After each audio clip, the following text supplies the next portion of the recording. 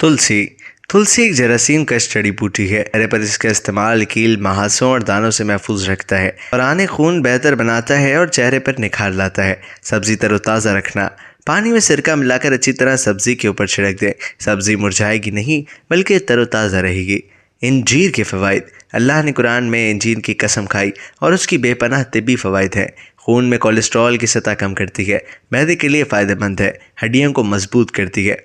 गन्ने का रस पिएं, मैदे की गर्मी दूर करता है, जिस्म को ताकत फराहम करता है, कोलेस्ट्रॉल की सतह को बढ़ने से रोकता है, जिगर की खराबी और नींद की कमी की बीमारी को दूर करता है। नज़ले में फौरी आराम, एक प्याली गर्म पानी में 3 खाने के चमचे सेब का सिरका और 1 चाय का चमचा शहद मिलाकर पिएं। नज़ले में फौरी आराम आ जाएगा।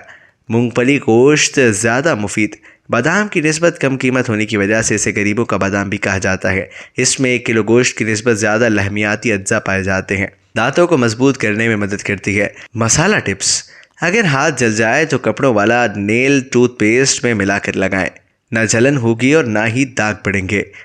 मच्छर, जर्द रंग की शय पर मच्छर नहीं गिरते। अगर सोते वक्त जर्द रंग की चादर अपने ऊपर ओढ़ लें तो मच्छर आपके करीब नहीं आएंगे। शहद, गर्म पानी में शहद मिलाकर पीने से जिस्म की तमाम चर्बी ज़ाइल हो जाती है और हद से ज़्यादा भारी जिस्म भी दुबला पतला हो जाता है। अंडा, चूने के पानी में देर तक गंदा नहीं होता। रोगन बादाम, इसके चंद कतरे नाक में टपकाने से आधे सर का दर्द जाता रहता है। खशखाश, अगर नज़ला ज़ुकाम जल्दी हो जाता है तो शरबत खशखाश सुबह शाम 1 चमचा ही लें, या गेहूं के भूसी 1 तोला पानी में जोश देकर 1 मिश्री मिलाकर सुबह शाम पी लें। सफ़ेद ज़ीरा, अगर जिगर के मकाम पर खिंचाव महसूस हो तो सफ़ेद ज़ीरा 2 माशा फ़ी खुराक सुबह शाम हमरा ताज़ा पानी लें।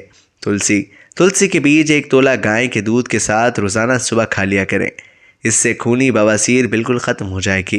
बिसारत में कमज़ोरी, अगर बिसारत में कमज़ोरी हो रही हो तो सौंठ या हल्दी 1 हिस्सा, सुरमा स्याह 3 हिस्से बारी पीसकर आँखों में लगाएं, इससे फ़ाक़ा होगा। शरबत सेब, अगर दिल की कमज़ोरी की शिकायत हो तो शरबत सेब 1 तोला सुबह शाम पी लें। काली मिर्च, इसको तिल में पीस कर हल करें और मफलूज हिस्से पर मालिश करें, इंशाअल्लाह अफाका होगा।